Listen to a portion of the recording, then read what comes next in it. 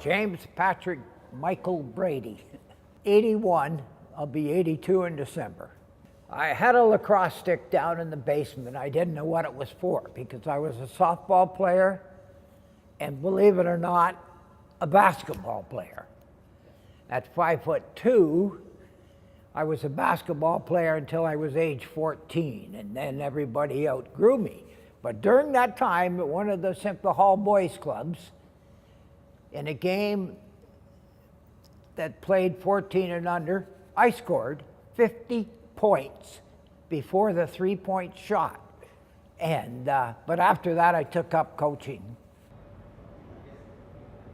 Well, I never played lacrosse. You never played it? I never played it, no.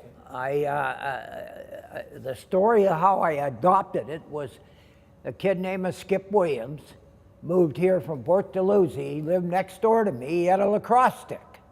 I had a lacrosse stick. So I went out and I played catch with him, and I liked it.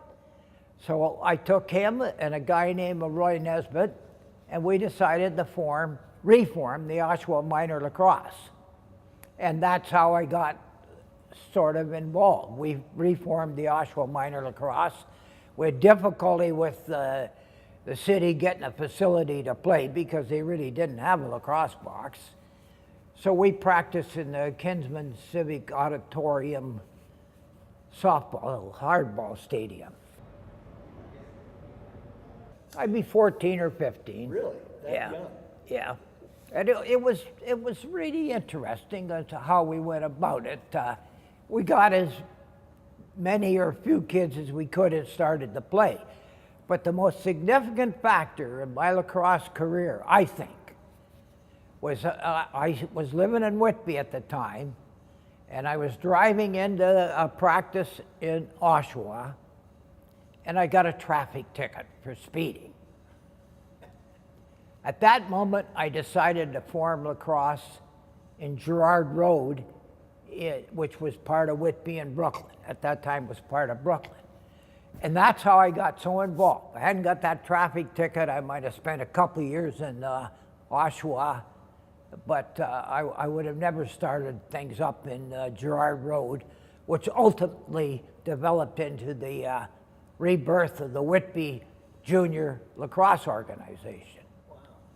And even that was interesting because I coached some minor teams and we were successful. This here's a picture of the first championship team I ever had. It was Garrard Road. And I don't remember much of it, but we were the Ontario Peewee C champions. And that was the first championship I ever had, was at Peewee C. But yeah, that was good. But I met good people in Whitby. A guy named Vic Sheffield ultimately became president of the Ontario Lacrosse Association. Yes. And a Matt Miller who ran a company there. And we decided we'd operate a club, a junior club, a junior B club in Whitby.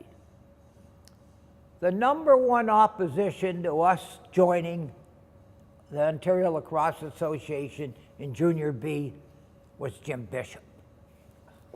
He made a plea to the few people that I had that we could go juvenile.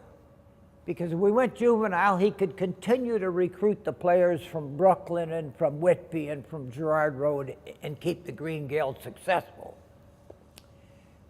We debated that at Vic Sheffield's house, and a gentleman named Lloyd Gibson, who was prominent in lacrosse at that time, came in and saw there were 5 of us there, and Vic was saying that's not enough people to start up a junior organization. And Lloyd looked us in the eye and he said, Jim, if you got 5 hard-working people, you're ahead of most lacrosse people in Ontario.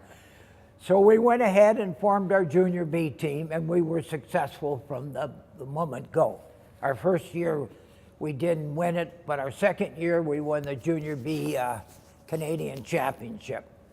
The point was, once we won the Junior B Championship, we applied to join Junior A, because that was what it was going to be. And we had good Brooklyn people, and they had a Brooklyn major at that time senior lacrosse team, and lacrosse was a big sport in the village of Brooklyn. So we went to the meeting, and the mayor of Whitby was there, and another 15 or 20 people, and we made the big pitch to the Junior A council to get into the league, and we got turned down. And the people that argued against us, besides the Green Gales, was Dean McLeod, who's just retiring this year from running the Junior A loop for 25 odd years or thereabouts. But he didn't want us in the league because he didn't think we'd be competent. So we went back to Junior B, won another Canadian championship, and we came back a year later, not the next year, but a year after that, and applied again. And to get in, we knew we were going to have the support of Jim Bishop. Jim Bishop gave us support. All I had to do was give him the two best players that there was in Whitby to go play Junior A for him, and then he would have let us move into Junior A. And that was our cost of getting in. I had heard of a player named Cam Devine, and Cam's still involved, and he was from Aurelia. So I went and scouted him to see if he would be the kind of kid I wanted to play on my junior club. I saw him play in a hockey game. I never saw him play lacrosse, but I saw him in a hockey game. And and I always remember this, he had the puck, he was coming to the blue line to go over, he was going to get slaughtered if he didn't pass it. He didn't pass it, he got slaughtered and made the pass when he was getting slaughtered. His team scored, and I said, that's the kind of guy I wanted in my lacrosse team, although I'd never seen him play. Now, if people don't know that Cam Devine, after his 5 years in junior, is the all-time leading goal scorer, point scorer for lacrosse in junior. And that's how I got him. At the same time, another young fella named Ken Cawley showed up, and him and Cam got along fine, and Ken Cawley played with him for 5 years, and he's the number 2 all-time scorer in lacrosse. And of course, Jim Brady became a great coach because he had all these great players playing for him, and so for 5 years. And we were always a threat. Now, whether I was a great coach or not, it was always debatable. I learned at the Peewee level. We went to Huntsville, and this was one of the first years in Garrard Road. And I went to Huntsville for a game. And we were playing Huntsville, and it was 5-1, and they played just 2 periods. And it was 5-1 after first 2 periods. And a kid named Johnny Watson come up to me, and he said, Jim, you can't have us playing so decent like this, we're getting beat. And I was a very basketball type coach. I taught them stuff, but I laid back. In basketball, you didn't yell and scream and shout. Well, I got the message from them. So I pulled the team together, I berated them, and we went out and we won the game. At that level, I learned that lacrosse players were black-white. You didn't treat them grayish or moderately. You just shit on them and told them how rotten they were if they weren't winning. And at that age, they understood. So my teams became very competitive. And I could take it even to another step that I learned. I used to travel once in a while with Bishop and the Green Gales to junior exhibition games or junior games. No matter win or lose, if Bishop's team got on the bus, they never got to relax. He spent the whole bus trip berating them on how badly they had played and how much better they should played. And you know what I learned? I learned that nobody listened to him, and that when I coached, I should never crap on the team after a game, whether we won or lost. I should wait to the next practice and then go over things like that. Made me a very effective coach. It worked. But I learned that there was no point giving guys trouble after you lost a game. They were not happy. So I learned a lot of things at that level, and I was able to translate them in. And the other thing that made me an effective lacrosse coach was I played and coached basketball. The people that went in at those years to coach lacrosse teams were hockey players. They were hockey coaches. There's no comparison between hockey and lacrosse. There is between basketball and lacrosse. When the ball changes hands in basketball, everybody's offense. When you get the ball in lacrosse, everybody's offense. When you get the puck in hockey, you have 3 offensive players and 2 defensive guys that are always waiting for mistakes. So I took the concept that I knew from basketball, and I refereed it for 20-odd years, so I knew a bit about it, and I translated it to lacrosse. And my teams were better coached, and they understand more, and I just grew on that.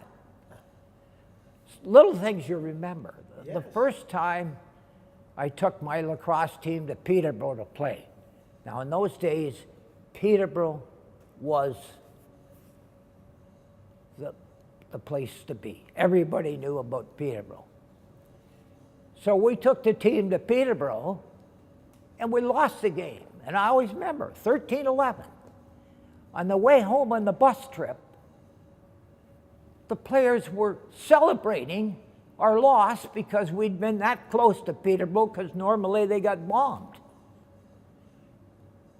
That upset me no end.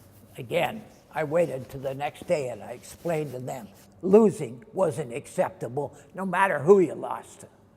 And it's a concept that I always believed in, and my players would adopt it. I had another concept which was interesting when I coached.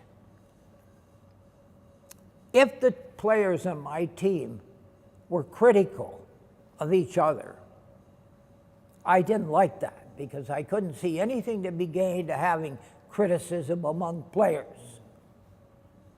So I had this team rule. The only person that could afford to be kicked out of a game was me. All the rest of them were important. But if I got kicked out, they were still there and they could still play. But they couldn't cut each other up. If they wanted to back talk to me or something like that, they did so at their own risk. And I would do it. But they understood that if anybody was to get kicked out for yelling at referees or stuff like that, it was to be me, because I didn't make any difference. And players, when I said black, white, 16 to 21, they bought into that. That was believable to them, yeah. The coach only gives us shit anyway, so who cares if he's here? And so I learned a lot as I was going along from that stuff, from those little things. Well, I had a family that ultimately I had 6 kids. The youngest died in pre-birth almost. My wife, I met her at a bowling lane, and it interesting. I was bowling with some of my buddies. We decided to leave. She was bowling with her family. She left in the middle of the game, come down the bowling stairs, and met me outside the bowling lane. And we just adopted each other. My best friends were really peed off that I got a girlfriend like that. But Joni and I hit it off. And from then on, we grew together. We had 5 living children. My oldest, Kenneth, is still around. All 5 of them are still around. And we lived in Garrard Road, which became part of Whitby. Kenny did. He even played for the Oshawa Green Gales and for 1 year. None of them were really talented, but they all played minor because if they wanted to see their father, they had to get on the team because that's where he was going to be. So the boys all played minor. My daughter Kathy became one of the first female lacrosse players and was on a lacrosse team that traveled across Canada to play lacrosse. Wow. But lacrosse was part of our life. It just had to be if you wanted to be involved with your dad at all. And my dad, get this, my dad, he didn't like lacrosse. He was the chairman of the Ontario Amateur Softball Association. He was known for softball across Canada, and he ran it all. And he never, ever was fond of me being involved in lacrosse. You know, he never stopped me or anything else. He just felt that softball was the thing to be. What I learned from him, though, was organizing. He was a well-organized man, head of a union, UAW, Local 222, which was a huge union in Oshawa and against General Motors. So I learned a lot from him, but I did learn that he rarely even went to see a lacrosse game, even when I was winning championships. Well, my family. You bring up 5 kids. They're all pretty successful. They're what you would call loving people, you know. That makes you feel good. When you know the amount of time I put my energies into lacrosse and other things, to know that my wife and my family developed strongly and lovingly. And that's a huge achievement for anybody, that you can become as involved as I was in politics and lacrosse and still have a family brought up that you're proud of. Well, I started out as a timekeeper in a company called Houdaille Industries. And I just finished grade 12, I didn't have 13. So I started out there, and then I just promoted within it until they moved me up into from timekeeping into standards. And finally, I got a job in personnel. That was interesting because they fired the personnel director. He found out about it by reading it on the bulletin board. They didn't tell him, but it was on a bulletin board they were advertising. The guy they hired didn't show up for work the day. At that time, I was president of the union, the office union, and the president of the company asked me if I'd like to take on the personnel job. Well, I had to quit the union and take the job, but it was a big promotion. And so I became involved in personnel work, and I then became that way the rest of my life. Houdaille went down. Ultimately, I went to Durham College as their personnel director, and I continued to coach Whitby Junior Lacrosse. And then I applied for a job in St. Catharines in personnel, as personnel director. And they offered me the job.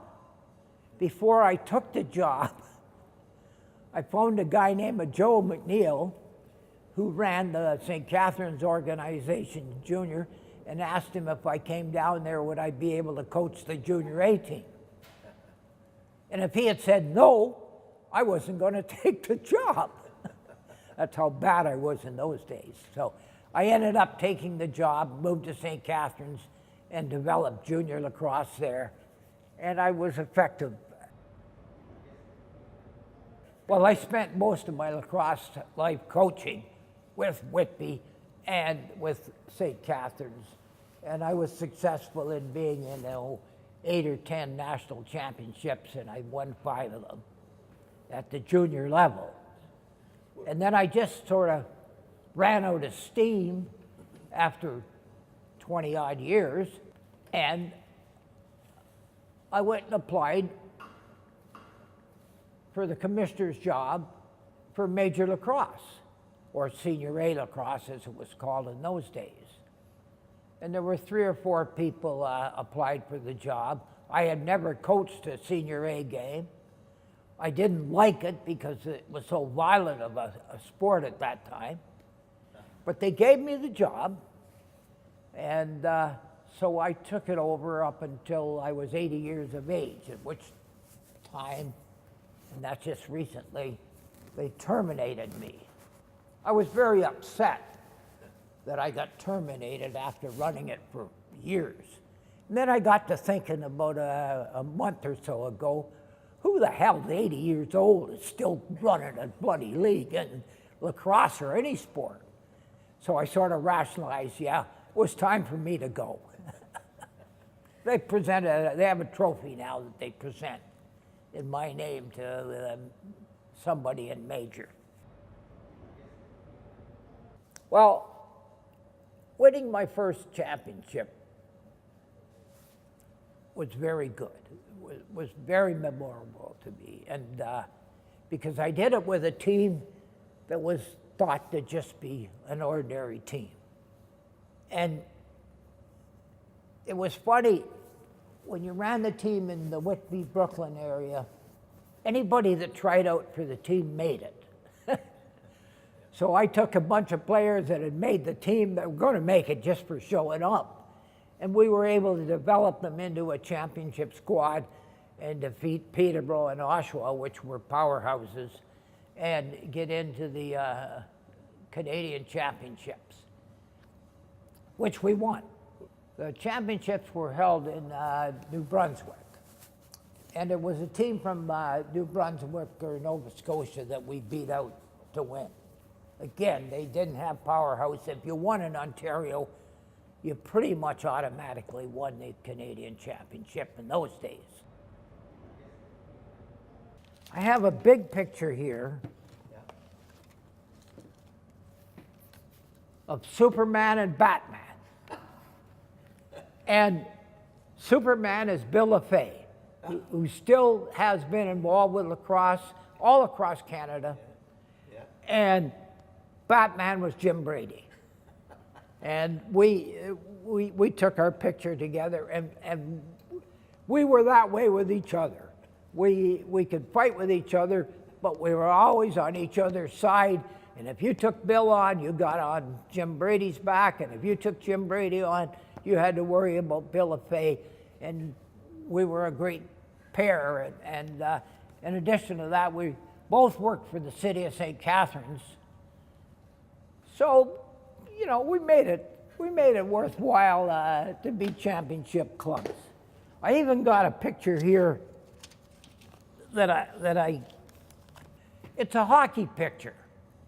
And in it is number 4. Number 4 was a great hockey player. Maybe you people remember. His name was Orr. He went to O'Neill Collegiate, and his buddies all played lacrosse. But he was there to play hockey for the Oshawa Generals. But we got him out to a lacrosse practice. He could barely handle the stick, but still was significant to me, and I kept the pictures because I had Bobby Orr come out and try out for my club. And if he hadn't been so involved in hockey, I'd have got him playing lacrosse because he was a good athlete and I knew he'd learn the game. But that's just an interesting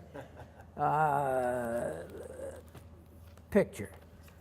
We made up scrapbooks. Every year we had a club. This is 1970. That was our first championship team in Junior B. And every player on the team would get a scrapbook. Every single player, which had all the write-ups that'd be in the papers all year long. So if they had a good game or not a good game or the team was great, they had that to take with them for the rest of their life. And you know, there's pictures of Jim Brady, hair, everything else, and Butch Brady, my brother Brian, who always was an assistant coach with me if he had the time. And we had championship clubs after championship clubs. But the key was, if you played for one of those clubs, you had this for the rest of your life. You could remember about it. And it was important. And I don't know if anybody else that ever did that for their teams. But that was a forte that built the tradition in Whitby and in St. Catharines. If you made the team, you had a book of the year that you played to show your family and your kids and your parents that you had spent the summer worthwhile playing a great sport. The big difference is that so many people got involved in lacrosse now that the sport is not the same. For instance, they have offense and defense. We didn't have that. We just had enough players and they all had to play offense or defense, and they stayed on there. Yeah. So we became important that way. It became important that we didn't have, to me, we would have heroes, but we didn't have heroes in their own minds. Everybody had to be part of the team. Everybody had to feel good about anybody that was on the team. And that was a crucial part of my development.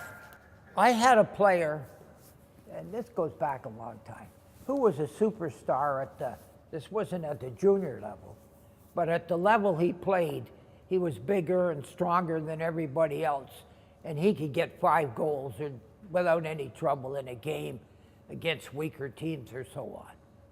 I had a rule. If you were that good, in his case, the rule applied to him, after he got 5 goals, he was only allowed to shoot over his shoulder.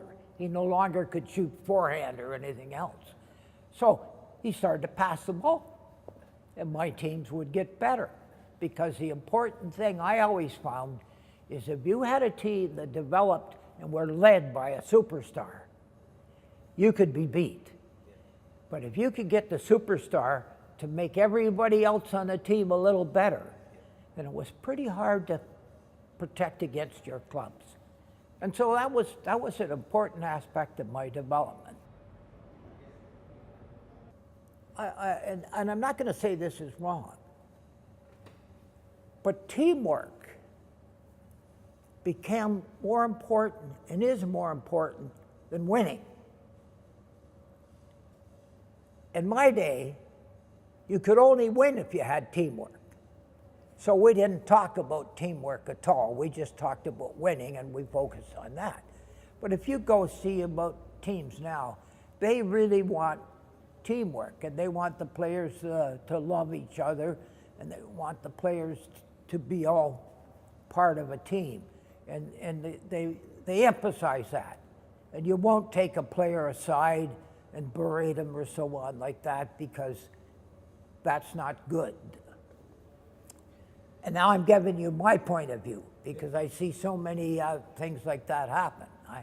I'm certain there are a lot of talented young juniors or so on that would be better if the focus was on winning rather than on getting along. The big thing in major was to get the violence out of it, to get the game to be more up and down lacrosse. When I took it over, heroes were the guys that could knock the crap out of the other team's best player or so on like that. And I started hurling those players out. I encouraged the referees to not allow that. Yeah. Now, if you watch major lacrosse, it is an amazing fast sport, and they play the game. They play the game that it's so much better than Junior A, you wouldn't believe it. When I started, Junior A was almost as good, talent-wise, as major. But major then was a physical, violent game. Nowadays, major lacrosse has turned into one of the fastest sports on the face of the world. 1970. That club was what I felt sent the message about Jim Brady coached teams, about the importance of winning, about the necessity that you didn't have to be a big center to win. You could be Whitby. You could be like that team with the Brooklyn kids, with the Whitby kids, with the Garrard Road kids. Made me so happy that we were able to put them together and beat the centers that have been involved for so many years. The biggest thing I found with my players is they had to respect the contribution of each and every one of them. And if I got players that didn't catch on to that, they'd find me a difficult person. In other words, I wanted the players of my team to respect everybody that was on the team, even the ones that just barely deserved, even the 15th and 16th players. You had to have the team feel everybody was important. If you could get a team that felt they were a team rather than a bunch of individuals, then they knew how to win, and they would win. But not only that, they didn't criticize and put down the players that couldn't do the job. Because I find a lot of teams, and there's in a lot of sports, that if a player misses a catch, misses a ball, or so on, the other guys look down on him and they won't give him the ball.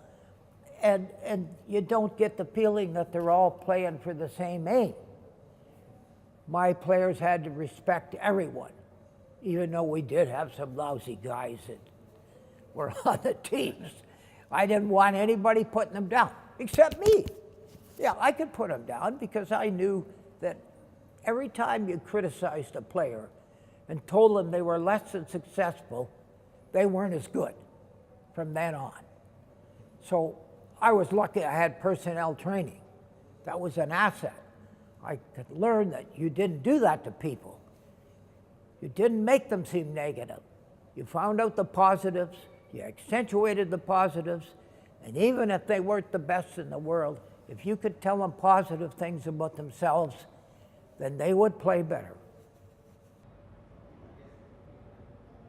I always think that there was a guy named Johnny Fusco that's still around, who started playing with me when he was 15, and he didn't care if he got 100 points or 10 points. He wanted to win, and he wanted everybody else to be part of it. So if he had the ball and somebody was in a better spot, they got the ball. And he always had a lot of points. There was a guy named John Reed that was fabulous in junior, but he injured himself and he didn't play much in major. But you know, I had hundreds of players over the years. And what I respected most about them is they'd come up and show up for practice, and they'd put up with me. A good example is a guy that's still involved out in British Columbia, and I'm going to have a bit of trouble. Tyson Lees. Tyson Lee's mother brought him to try out. I'd never heard of him before. He was from outside Whitby. She brought him out. I tried him out. I thought he was good. And over the years, Tyson was one of the most difficult players to have on a team. He didn't like practices, so he wouldn't come.